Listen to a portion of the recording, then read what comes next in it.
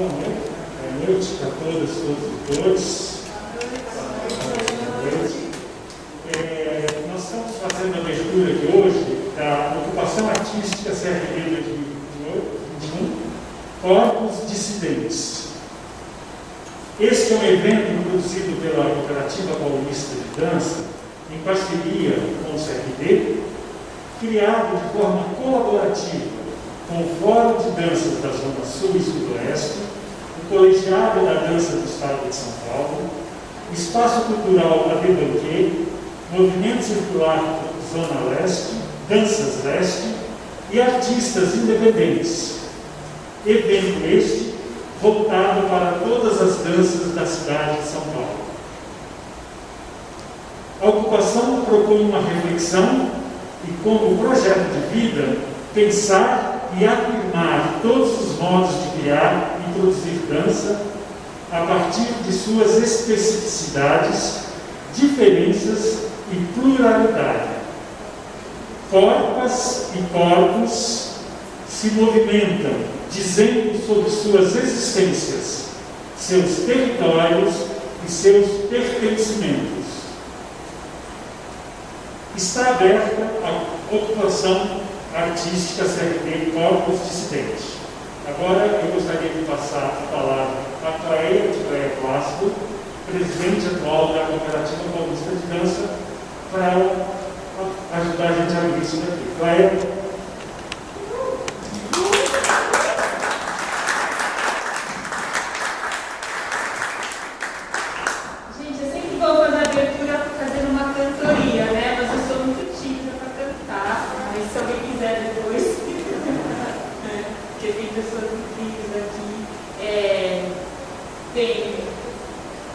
Está abrindo então o encontro, né, a ocupação. Eu, como presidente da cooperativa, né, nós somos uma gestão nova, né, um novo conselho, eu, Zé Maria, a Luciana Bortoleto, o Ricardo Neves e o Kelson Barros. Né? E assim, a nossa proposta, né, a gente já chega com essa proposta, né, trazendo a ideia de pluralidade, a ideia e a prática, né? Eu acho que essa ocupação, ela vem de encontro, né? A gente se encontrou, né, com essa ação e mais do que a gente ser simplesmente, né, uma instituição burocrática que cede CNPJ, a gente quer estar junto com os movimentos culturais, a gente quer lutar por políticas públicas para todos, todas e todos, né? E buscar cada vez mais espaço na dança para os mestres e mestras, né? Eu, como mulher negra, eu quero enriquecer cada vez mais a cooperativa de dança, né? No melhor sentido, e é isso, né? Eu acho que enriquecer as ideias, enriquecer as práticas, né? Descolonizar o que ainda precisa ser descolonizado, trazer essa pluralidade, e eu conto com vocês, cooperados ou não, né? Nós somos amigos, nós somos parceiros de trabalho, de dança, e estamos aí juntos, tá bom? E fico muito feliz de ter a Solana Salomão aqui com a gente, abrindo a nossa mesa.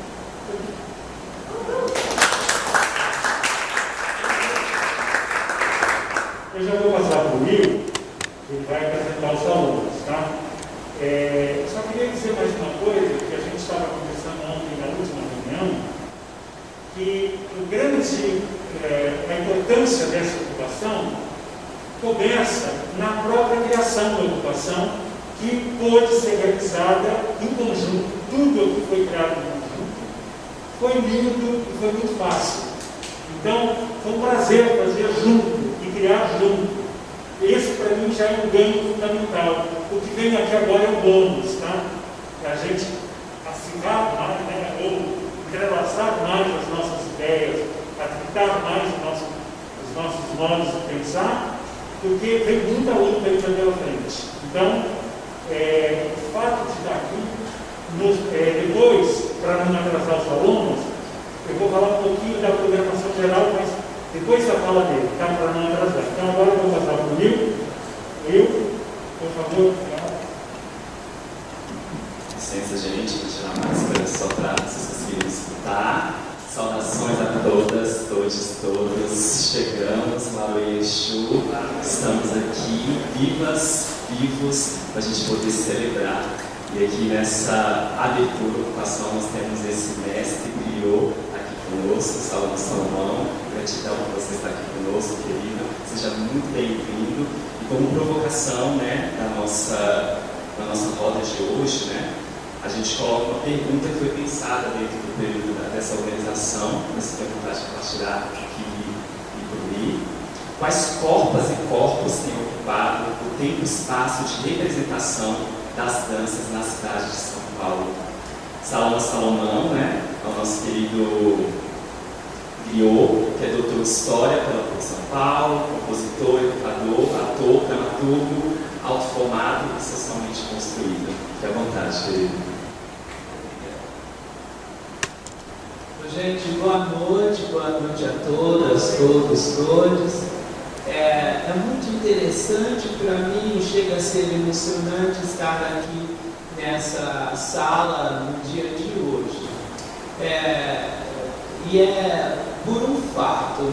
Há cerca de uns 5 anos atrás, eu estava com um grupo de bailarinos, dançarinos e dançarinas pretos e pretas, na Câmara Municipal de São Paulo, discutindo com um grupo de pessoas brancas da elite dançante da cidade, por que os grupos periféricos, os grupos negros, não conseguiam acessar os recursos do fomento à dança. E aquela experiência para mim foi muito rica, sobretudo porque uma das senhoras, das coreógrafas afamadas de São Paulo que estava lá, falou durante a sessão que aquele valor, aqueles 700 mil reais que o grupo dela recebia anualmente, era um valor muito baixo. E eu pensei comigo, mas o salário mínimo é 700 reais. A questão não é se 700 mil é capaz de custear um grupo de dança ou não. A questão é quais grupos de dança são custeados com 700 mil reais de dinheiro público. Isso é bastante complexo. Na verdade, tem a ver com duas questões básicas. A primeira é uma ausência de importância para a gestão pública da questão cultural. E quando tem importância para a gestão pública a questão cultural, ela é vista a partir de um olhar que a gente aprende na escola como sendo as belas artes. O que seriam as belas artes? São as expressões artísticas catalogadas na Europa, provavelmente em meados do século XX. O que seriam as belas artes catalogadas a partir da Europa em meados do século XX? A dança, mas não qualquer dança, uma dança específica chamada balé,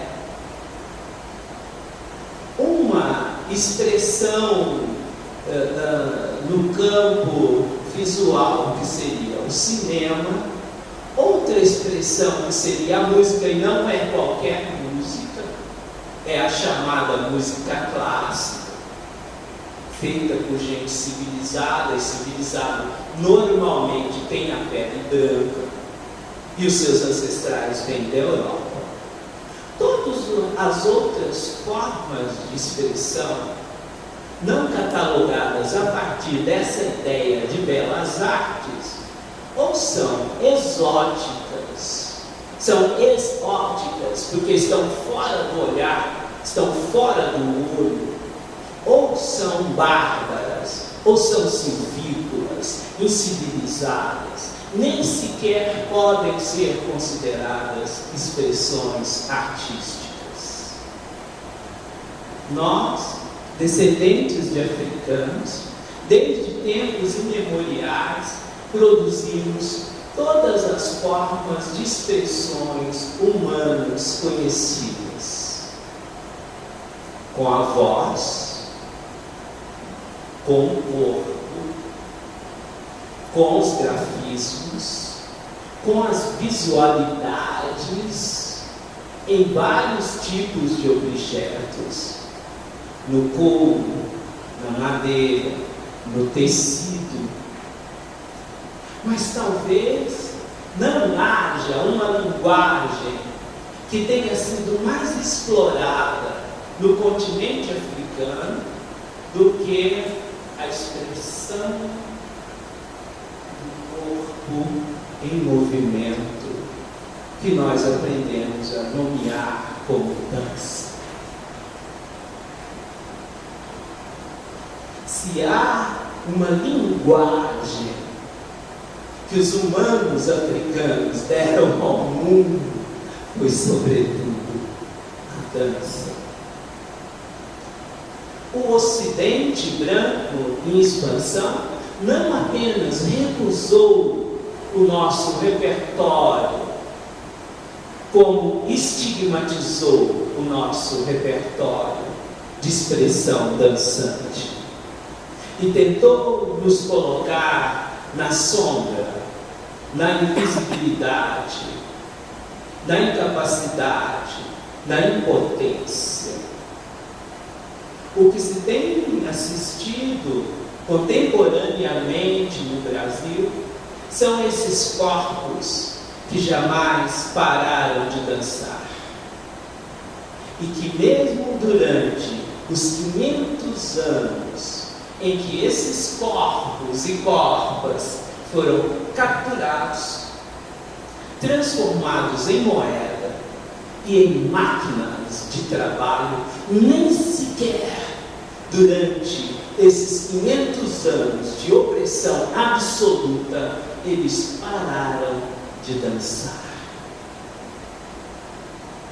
Há cerca de 3 anos, eu estava numa banca na Universidade de São Paulo e um rapaz que obtinha o título de mestre em geografia fez um mapeamento de corpos e corpas dançantes em São Paulo, em salões de dança negra. São Paulo pelo menos desde 1920, tem salões de danças negras, danças populares, machixe, jazz, ragtime, samba, milonga, pagode, rap, hip hop, várias expressões urbanas negras de corpos e mentes dançantes. O corpo não dança só, o corpo precisa de um comando que vem do olho, da cabeça. E os corpos negros não dançam porque são intuitivos. Os corpos negros dançam porque tem cultura dançante. O que é cultura dançante? É pensar o movimento, fazer o movimento, sistematizar o movimento, comunicar o movimento e construir uma sociabilidade através do movimento, onde aquele movimento tem sentido.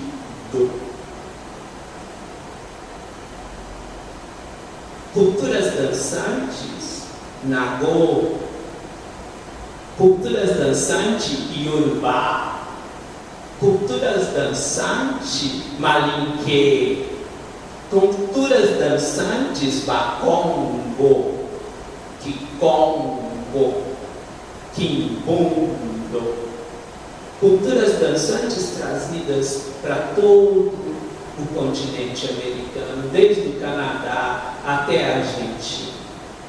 Não fosse os argentinos não saberiam dançar tango, tango, dança negra, afro-argentina, hoje dançada por corpos de aparência branca, mas construída no sul da América por pessoas de origem africana. Não fosse, os estadunidenses não dançariam ragtime, não dançariam jazz, porque são formas de cultura musical dançante de origem africana. Os cubanos não dançariam a habaneira, não dançariam inúmeras outras formas dançantes cuja origem são valores civilizatórios africanos. O que são valores civilizatórios africanos? São visões de mundo, são sentimentos, são percepções do espaço, são elaborações sobre o tempo, são cosmovisões ou explicações filosóficas sobre a existência dos seres e das coisas. São concepções filosóficas do mundo. Os valores civilizatórios africanos que nós trouxemos, nós generosamente cedemos à sociedade brasileira, que tem recusado a reconhecer, não a sociedade brasileira como um todo, mas setores da sociedade brasileira, que tem se recusado a reconhecer a nossa condição plenamente humana e a importância de tudo que nós trouxemos e oferecemos. E como se expressa essa recusa? Ela se expressa de tempos em tempos da forma mais cruel e violenta, que é a supressão da vida de pessoas negras de uma forma absolutamente banal. Uma filósofa negra chamada Denise Ferreira da Silva, de origem afro-fluminense, hoje dando aula no Canadá, fez a seguinte pergunta: por que a supressão de vidas negras? Eu não estou dizendo corpos, nós não somos corpos apenas, nós somos vidas. Por que a supressão de vidas negras no Brasil não causam uma comoção moral? 9 homens negros mortos em São Gonçalo, 28 homens negros mortos numa única noite, numa outra região do Rio de Janeiro. Um assalto que ocorreu em tal lugar, 30 pessoas foram mortas numa única noite em Minas Gerais. Como é possível?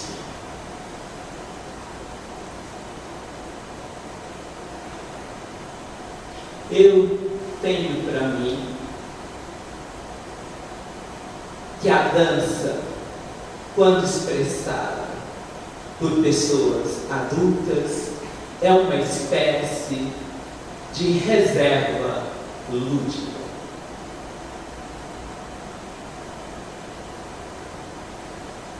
Dos adultos, espera-se que eles procriem e trabalhem. Nessa sociedade, espera-se que corpos e mentes, que vidas negras possam ser gastas para a produção e a manutenção do poder das elites políticas, econômicas e culturais brancas.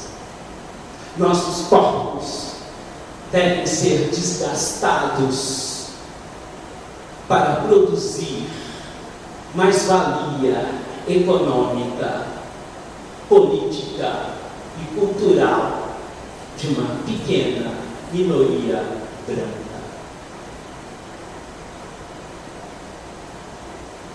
Eu tenho para mim que os adultos que dançam estão procurando uma ludicidade que perderam na infância.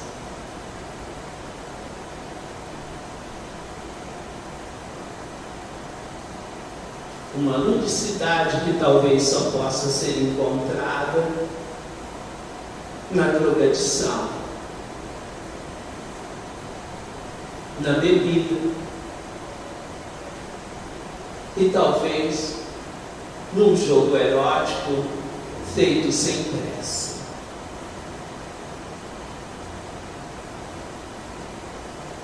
Eu sou muito grato pelo acolhimento de todas vocês, de todos vocês, dos diretores, de você, minha cara. É um prazer conhecê-la. E eu te dou parabéns por ocupar esse espaço e ter essa visão de saneamento das possibilidades criativas dançantes na cidade. Eu não sei qual é o orçamento destinado ao fomento à dança, mas eu sei que o orçamento da cidade de São Paulo é 60 bilhões. E menos de 390 milhões são destinados à cultura. Isso não muda. Não mudou com Jean Francisco Guarnieri entre 1980 e 1981. Entre 1980 e 1984. Não mudou com Marilena Chaui entre 1989 e 1993. Não mudou com Ale Youssef.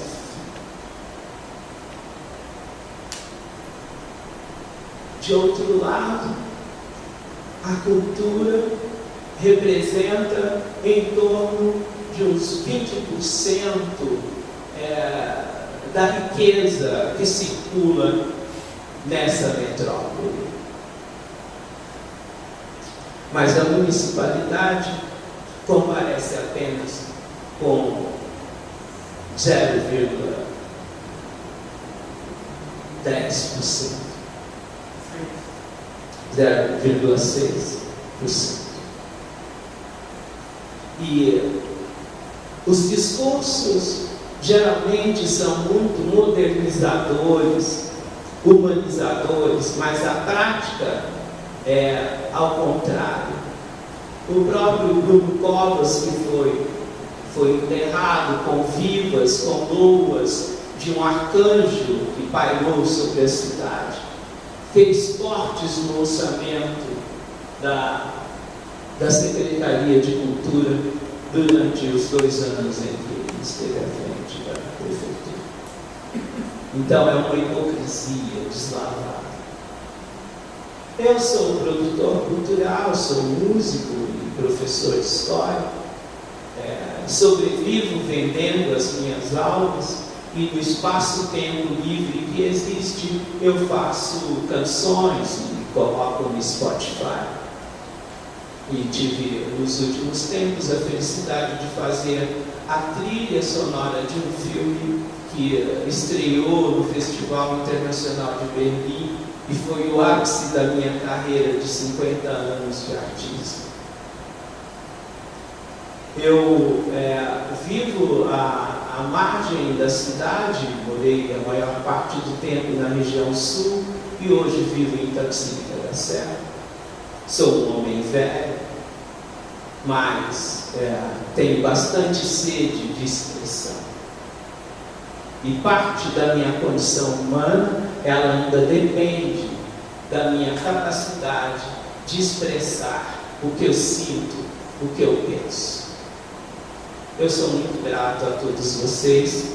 Eu posso ficar apenas até às 19 horas, porque eu tenho uma outra tarefa, um outro trabalho lá no Centro Cultural São Paulo. Muito grato.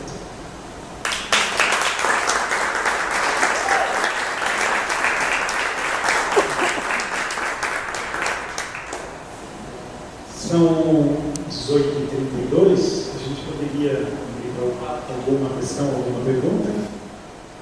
E aí, se for 10 para 7, assim a gente te avisa, tá? Então, aberto aqui o microfone para alguma questão, alguma pergunta ou alguma consideração. Um pouco sobre o que você falou, eu queria que você comentasse um pouco sobre agora nós estamos refletindo sobre a semana de 22, né?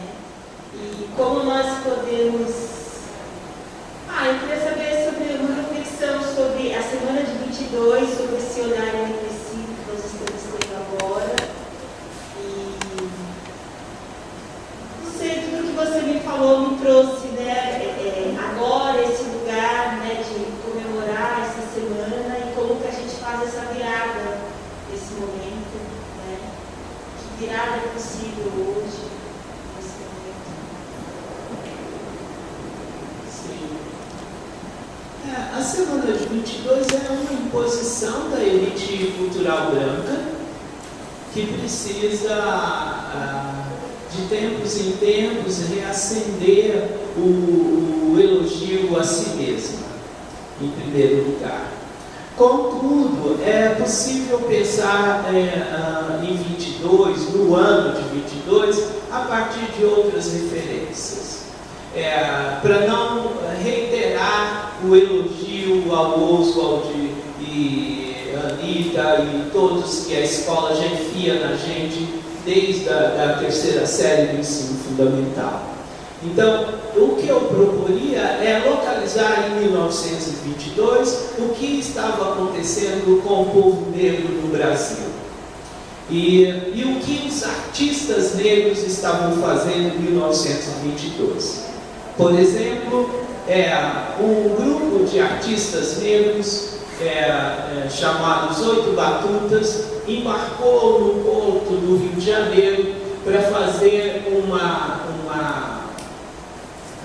turnê. Não seria uma turnê propriamente, mas uma sessão de espetáculos de samba e choro em uma casa de Paris chamada Sherazade. E o nome do líder desse grupo era Pixinguinha. A imprensa paulista e carioca falou: estão deixando embarcar um bando de crioulos para mostrar o Brasil na Europa, que vergonha. Mas o fato é que eles não estavam indo representar o Brasil, eles foram contratados por uma casa noturna e estavam indo lá ganhar o seu dinheiro na França. Então, esse é um evento importantíssimo para quem quer discutir a cultura musical de origem africana no Brasil, que é a formação do grupo do Pixinguinha, os Oito Batutas, e essa viagem que eles fizeram para a Argentina e para Paris. Foi a primeira vez, talvez não tenha sido a primeira, mas talvez tenha sido a primeira vez que um grupo inteiro de músicos negros saem do Brasil para fazer uma viagem internacional de espetáculos. Outra coisa que aconteceu em 1922 é que o pai da literatura moderna brasileira, que efetivamente é um escritor negro chamado Lima Barreto, morreu. Quem foi esse escritor? Foi o filho de um tipógrafo negro e de uma professora negra que nasceu no Rio de Janeiro, e ele criou todos os parâmetros para uma literatura efetivamente moderna. Uma literatura que fosse ágil, uma literatura que pudesse ser publicada em jornal, uma literatura que tivessem personagens urbanos, que tivessem personagens negros, brancos, pobres, mestiços, personagens efetivamente populares. Para mim, 22 é principalmente o ano de consolidação da modernidade negra. Mas não é trocar os símbolos da branquitude paulista dos filhos dos cafeicultores por pessoas negras. É mais do que isso. É mostrar como as pessoas de origem africana foram responsáveis pela modernização da sociedade brasileira em todos os campos, sobretudo no campo da expressão artística.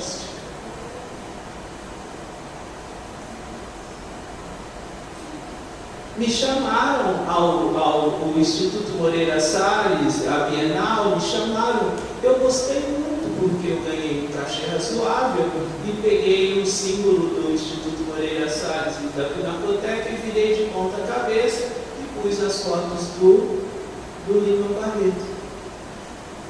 Certamente eles não gostaram, mas eu achei excelente. É preciso revelar, estudar, fazer uma arqueologia do que os artistas negros construíram para o Brasil. Do que as artes negras, a partir dos valores civilizatórios africanos, construíram no Brasil e foram apagadas, menosprezadas ou julgadas naifes. Esse termo naif, que significa ingênuo, é o principal termo utilizado nas artes plásticas para classificar as obras dos artistas e das artistas visuais negros e negras. Nós não podemos aceitar mais essa categorização. Assim como não podemos aceitar que o fomento à dança seja aproveitado apenas por artistas de origem europeia. Se nós inventamos a modernidade do ponto de vista estético, quais são as inspirações dos artistas europeus que estavam em Paris entre 1890 até 1930, se não formas, sobretudo vindas da África? É isso que está em Matisse, isso que está em Dalí. Por que os artistas negros, entre eles o próprio artista da palavra, fala, não, chamando de artista alguém que é escritor, a escritora são artistas da palavra. A palavra por si mesma, ela não tem valor, ela é ordinária, a gente usa para falar curto. Mas quando alguém que é artista da palavra pega o cu e transforma em uma outra coisa que não é mais o ânus, que é uma metáfora de um buraco, aí é arte, né? Então, usei esse exemplo um pouco tosco para a gente mais velha, mas enfim, a ideia é essa, artistas da palavra. Então, é preciso que os jovens se interessem pelas produções artísticas negras do passado que não foram visibilizadas. Por que a antropóloga negra da dança estava no Brasil em 1930? O que ela estava fazendo aqui? O que ela viu? Por que ela sai dos Estados Unidos e vem para cá? Por que Catherine Durand vem para o Brasil? Os jovens artistas negros da dança têm que saber quem foi Catherine Durand. É preciso incorporar no sentido literal. Ela que é uma ancestral das nossas expressões, precisa entrar nas nossas formas. Procurem as fotografias de Caterine Durand. Procure saber quem foi Mercedes Batista. Quem foi Firmino Pitanga? Quem foi Guzmão? Quem foi esse preto bicha maravilhoso? Que criou coreografias impressionantes, que sistematizou a gestualidade do candomblé baiano. É preciso estudar. O esquecimento produzido, ele precisa ser combatido com um trabalho intelectual árduo. Eu penso nisso, falo sobre isso com os meus jovens amigos e amigas dançantes, cantantes, teatrólogos, dramaturgos, dramaturgas.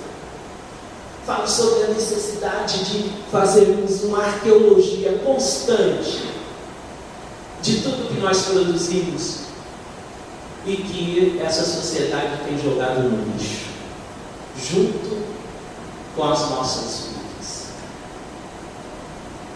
Eu te respondo. Eu me importo às vezes nisso.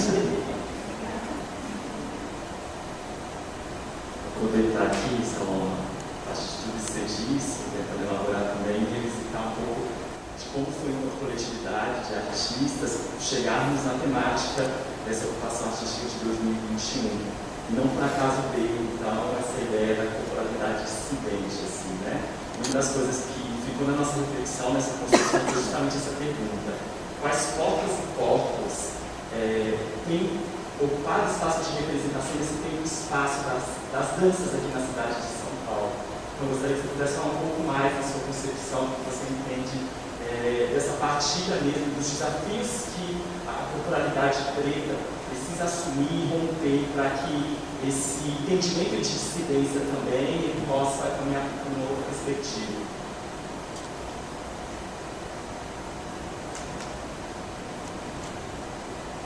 Eu vi esse título e primeiro pensei, corpos dissidentes, como seria corpos dissidentes? Seria em contraposição aos corpos normativos? Então, quais são os corpos normativos? Bom, o racismo transforma o corpo masculino branco em corpo normativo. Mas nem os corpos masculinos brancos são iguais, porque eles são iguais apenas como uma projeção, porque os brancos têm nariz chato, têm nariz aquilino, têm cabelo cacheado. Então eles não são corpos normativos, eles só são normativos como representação. O corpo branco, ele só é normativo como representação. Ele não é efetivamente normativo, porque eu olho para as pessoas de pele clara aqui e vejo que elas são diferentes umas das outras. A realidade me mostra que os brancos são humanos.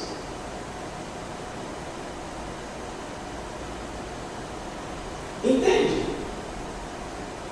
Por que são humanos? Porque são contraditórios. São humanos porque são problemáticos.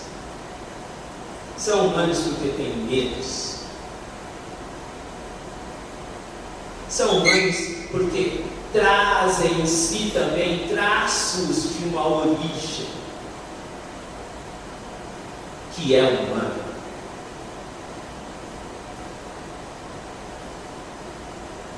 Agora,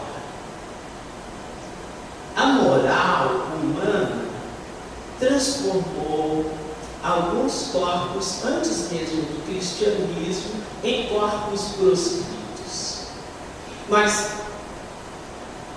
não é só o corpo, são vidas proscritas pelo comportamento. Uma norma que tornou corpos humanos, vidas humanas proscritas, foi a sexualidade. Mas o cristianismo, ele acirrou a moral, sobre comportamentos sexuais considerados inadequados. E o cristianismo, imposto às outras civilizações durante o colonialismo, fez a visão cristã de corpos não normais, chamados sodomitas, hermafroditas,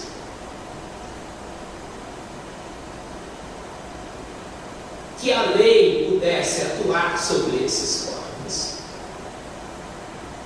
ou prendendo, ou expulsando da comunidade, ou matando, ou colocando em determinadas instituições que os recuperasse. Então, nesse sentido, não é exatamente uma dissidência, mas uma estigmatização. Porque dissidência talvez pudesse ser entendido como uma ação. Olha, tem aqui a norma e nós somos dissidentes, nós não queremos participar disso, a gente quer ir por aqui. Então não é o caso. Essa estigmatização, ela tem a ver com a norma moral, com a norma religiosa. Mas o desejo talvez não seja algo como se fosse uma opção política.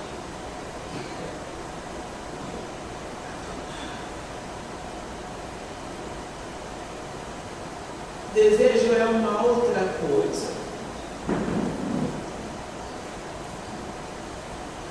Desejo talvez seja algo relacionado a um padrão de energia vital que não necessariamente relacionado à procriação, porque procriar todos os animais procriam.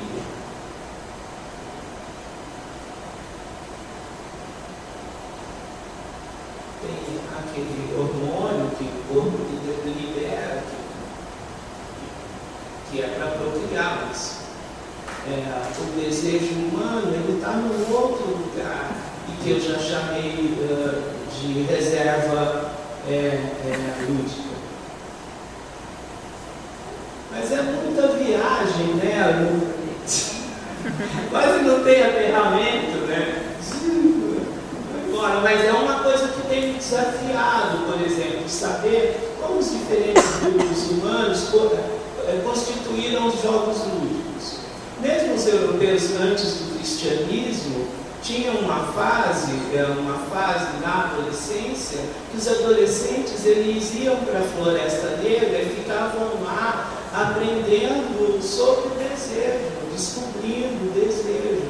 Nas formas tradicionais africanas, numa certa idade, os Jaga, por exemplo, você sabe que os judeus aprenderam a cuidar do pênis masculino na África, né? Você sabe? Cortaram o pescoço e prepararam. Então, havia entre os Jagas um período específico que meninas e meninas eram separados, ficavam com pessoas mais velhas que iam orientar sobre os jogos eróticos. Mas o cristianismo, não só na Europa, mas no mundo inteiro, ele colocou a moral na frente e começou a impedir essa experiência, digamos assim, da puberdade para a vida adulta. Então, a moral da sociedade contemporânea é que a vida ela tem que ser gasta no trabalho, na produção. Essa é a principal moral, que é a moral do capitalismo. Então, encontrar com pessoas dançantes é como se nós estivéssemos aqui tramando a revolta. Né? Estamos fazendo uma outra coisa. Nossos corpos não são muito bons para a produção. Porque a gente quer dançar. sabe, um corpo colorido. Na lógica africana são duas, vadiagem e a folia. Folia, que também do francês quer dizer loucura. A folia, folia de rei, folia de divinos, folias, todas as folias, as formas negras de expressões são folias. É ótimo. Eu não sei se eu respondo o que você colocou ou se eu só fico mesmo no delírio. Eu trouxe tudo isso aqui, eu falei na abertura essa parte aqui, todo o resto eu não falei, mas eu quero transformar isso num texto para comunicar com os jovens da dança, e é resultado da minha conversa com a Luciane Ramos Silva e com esse jovem pesquisador das danças urbanas de salão negras em São Paulo, o Igor Valvasson, e as capulanas.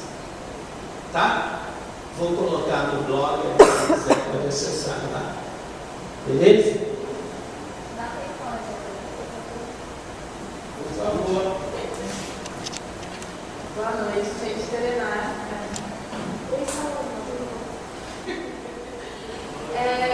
Ô Salomão, eu fico me perguntando aqui, quando você fala da questão das vidas negras que são assassinadas, né, eu tenho pensado muito ultimamente nas mortes lentas.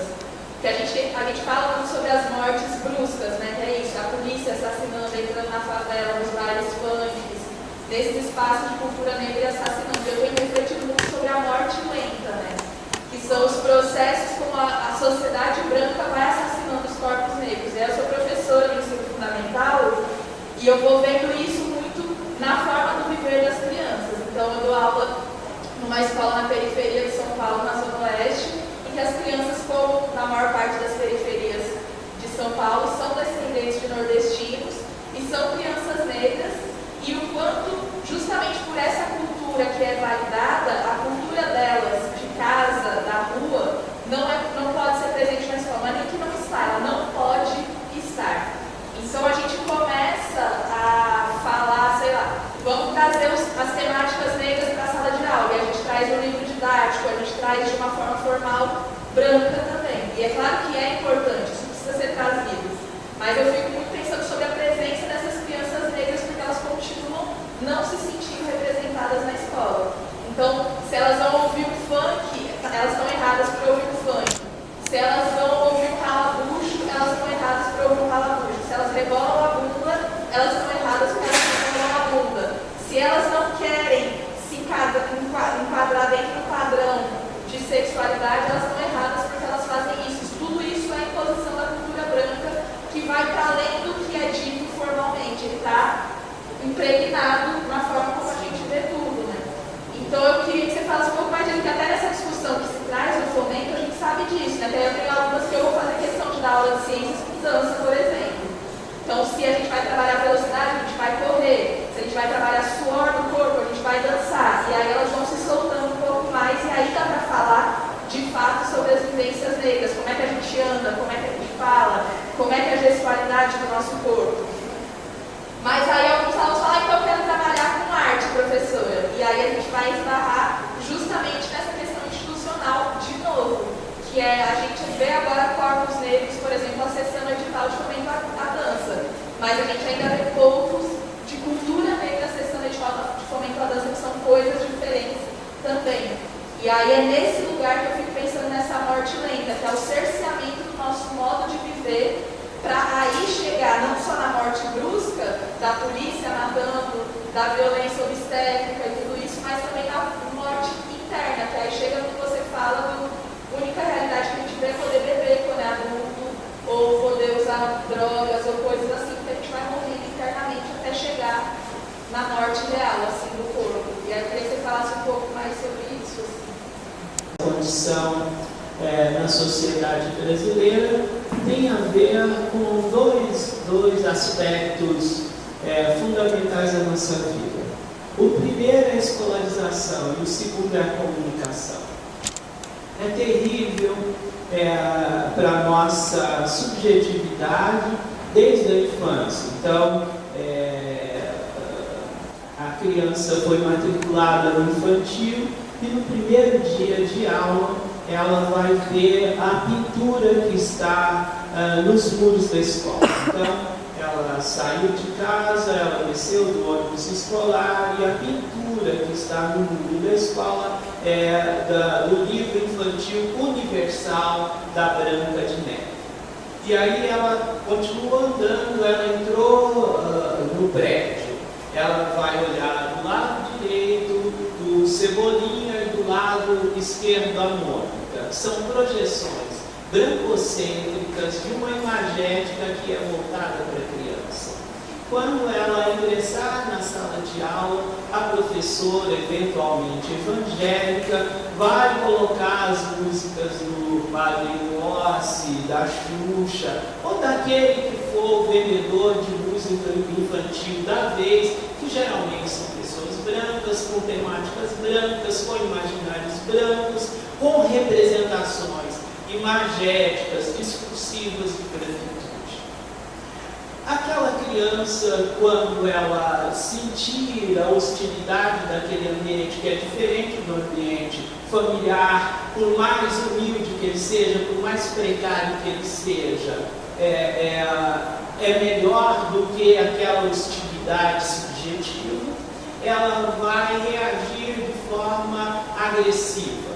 Os professores vão fazer uma reunião e começar a dizer: aquele fulano, aquela fulana agride os coleguinhas. O que faz com aquela criança? Leva para a diretoria. 3 anos depois, aquela criança que era bacana quando saiu de casa se transformou no inferno da escola e ela, lá pela 6ª série, se os professores conseguirem, dentro da sua corporação, estigmatizar de forma irreversível aquela criança, a vida dela na escola será infernizada e ela estará fora. E quando ela for para a rua, tem toda uma escola lá na rua que já está preparada para recebê-la e utilizá-la no sistema de moer vidas. Então, nós somos sobreviventes da escola e num dado momento a nossa origem africana, sou africana mesmo, africana de África, e a minha afro-brasileira vem à tona. Então, nós somos educadores, nós estamos lá na escola. Nós temos um conflito com a professora evangélica que acha que a divindade criadora dela, o Javé, é o Deus de todos. E toda vez que eu falo do Loru, ela me estigmatiza como um macumbeiro. Então, esse é o ponto que nós chegamos. Essa mentalidade arcaica, intolerante, racista, violenta, chegou ao poder da República. É preciso compreender isso, porque senão a nossa missão, ela se torna tão violenta também conosco, que nós só vamos falhar. Os educadores e educadoras negras, com uma visão de si como pessoas negras, têm produzido práticas, pedagogias, formas de confronto ao racismo no interior do sistema escolar. Mas o ideal não seria tomar isso como uma missão pessoal, mas como uma missão coletiva. E às vezes, quando não for possível fazer um confronto equilibrado com um inimigo, que não deveria ser, mas é assim que às vezes os neopentecostais lidam conosco, como os inimigos. Eles cantam a música dos inimigos, eles nos veem como inimigos, eles fazem sinalzinho de arma para nós. Então, o ideal seria recuar, procurar guarida no coletivo, porque o confronto interpessoal vai nos levar a um adoecimento, porque é desigual. Tem muitas batalhas que eu digo: olha, eu perdi, não consegui. Essa eu perdi, não deu. Não tinha uma coletividade lá, não tinha outros ombros para a gente fazer o confronto. Eu me retirei, eu silenciei, eu deixei, passou. Entendeu? pensando nesse sentido de um compromisso político que educadores e educadoras negras públicas têm no interior do sistema escolar. É preciso saber quando recuar, penso eu. E com o sistema de comunicação, que é a outra expressão do racismo, o confronto é cotidiano. Todo dia a gente tem que denunciar, dizer por que não tem pessoas negras nessa produção, por que não tem esse grupo, por que o fomento à dança não é para nós, por que não tem danças negras, por que o grosso do dinheiro está para a dança contemporânea e depois arranjou uns 0,5% para a tal diversidade, porque, sacou? Contemplou os grupos consagrados e agora a tal diversidade. Dá um cala-boca aí. É merreca. Uma coisa que eu descobri recentemente e que me deixou muito chocado, a tal da experimentação. Comparando o meu trabalho com os meus amigos de classe média branca, eu percebi uma coisa. Eles, desde 13, 14 anos, estão fazendo experimentação. O cara chega na maturidade artística com 40 anos. Porque ele fez borrão, ele fez ruído, ele fez uma expressão tosca qualquer, e aquilo foi relevante. Os seus pais se reuniram e falaram: nossa, isso está muito interessante. Deram significados que ele jamais havia pensado. E aí eu penso: caramba, o Abdias e a Maria Nascimento chamaram o teatro negro de teatro experimental. Olha,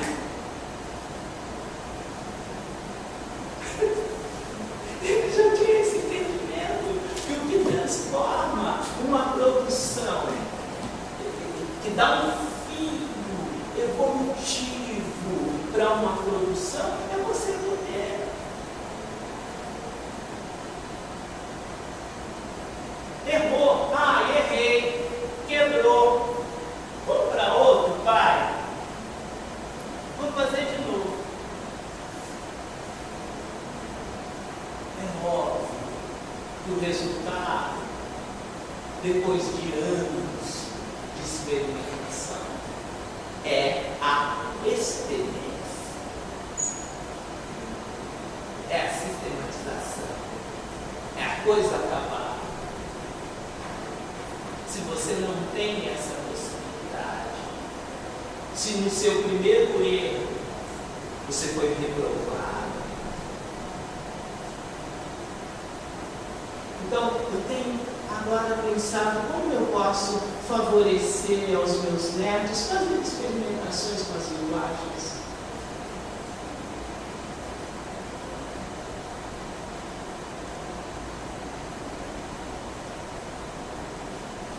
Várias possibilidades de expressão.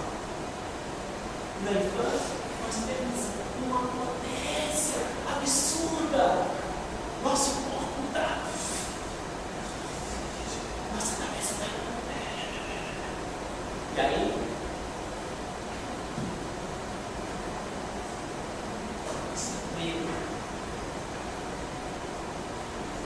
E mesmo a experiência dos mais velhos, olha, você tem que ser 2 vezes melhor que o outro, que o branco, para conseguir. Cara, você tem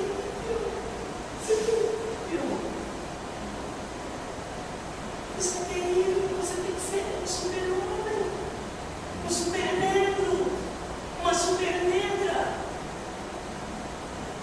Para ser um negro único naquela instituição. Para ser um Ismael Ivo, sequestrado. Negros sequestrados. E os brancos pedindo o resgate.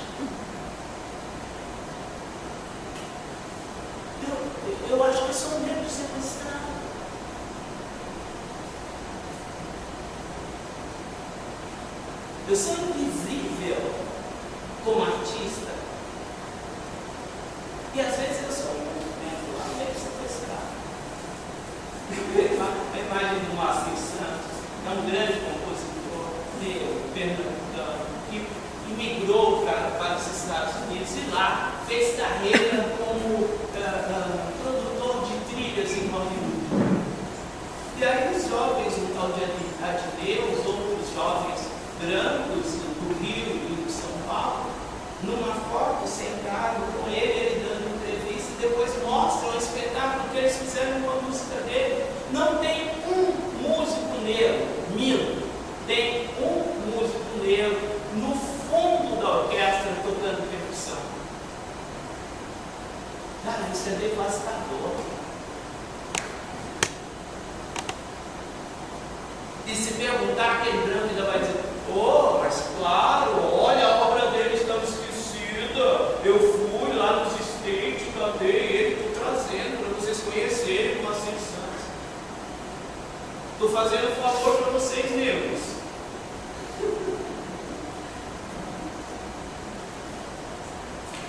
Gente, ó, estou aí na urgência, né? Você queria te avisar. Esse horário.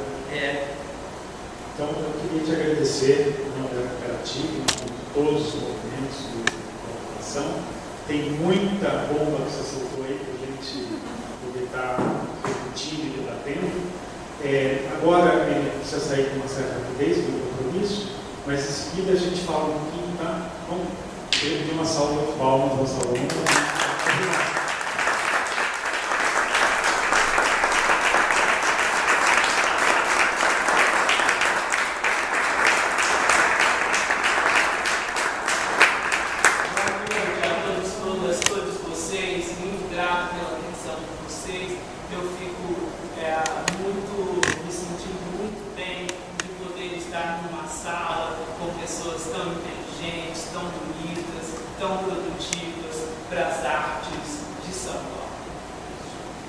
Obrigado. A você. Bom, vamos ter uma apresentação que já está um pouquinho atrasada. Rapidamente, porque uma série de questões que foram levantadas aqui na fala do salão vão estar de alguma maneira debatidas em 3 mesas que a gente vai ter. Uma com as entidades que contratam aqui, né? SESC, SESI e Itaú. A gente quer discutir com eles qual é a deles, né? Como é que eles estão pensando, fazendo as suas políticas culturais, né? Alguns dessas instituições usando até hoje usando a lei Bandeira, o dinheiro público para fazer isso, né? E pensando também nessa retomada pós-pandemia. Então é a mesa de amanhã. Na quinta-feira nós vamos ter a secretária adjunta de Cultura, a Andréia Antônia, para discutir acessibilidade e políticas públicas de acessibilidade para a cultura e para a dança na cidade de São Paulo. Então estou convidando a todos. E no sábado nós vamos estar aqui com todos os movimentos para levantar essas questões. Esse 0,6% do orçamento, né? Os movimentos culturais da cidade de São Paulo, há muito tempo, vem pedindo 3% para a cultura, 50% para a periferia, e isso a gente está colocando no PPA, né, no plano plurianual, que é a verba que vai de 2022 para 2025, e isso é debatido, foi debatido na primeira conferência livre de cultura da cidade de São Paulo, em 31 pré-conferências, 9 territoriais e 21 setoriais. Então, a cidade de São Paulo é o último mapeamento que nós temos dos vários movimentos de cultura da cidade de São Paulo. Foi entregue isso à secretária, foi entregue à subcomissão de cultura na Câmara dos Vereadores. Fomos falar com a secretária nesse ato que teve quinta-feira, lá na secretaria. Ela se comprometeu a ouvir. A secretária adjunta vem nessa mesa, vamos aproveitar para questioná-la, conversar com ela e trazer as questões da dança e da cultura. Então, eu acho que tem várias bombas que o Saloma colocou aqui interessantes para a gente agora trabalhar em cima, né? Decantar tudo isso, tá? Decantar bombas. Então eu queria passar para o Rodrigo, né? Rodrigo? Cadê o Rodrigo? Gente, eu vou sair mesmo. Tá bom. Saloma, obrigado. Gente, a gente gostaria de contar com a ajuda de vocês, só de cada um pegar a sua cadeira e colocar.